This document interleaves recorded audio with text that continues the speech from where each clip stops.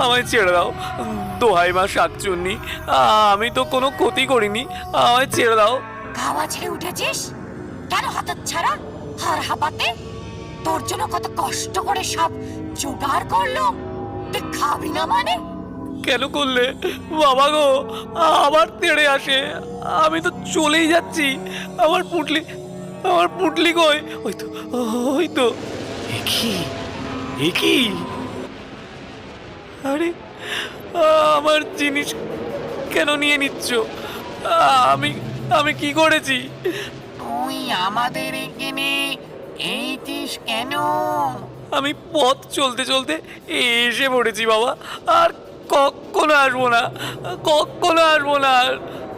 এছিস যখন আমরা তোকে জ্যান্ত ছাড়বো না, ছাড়বো না।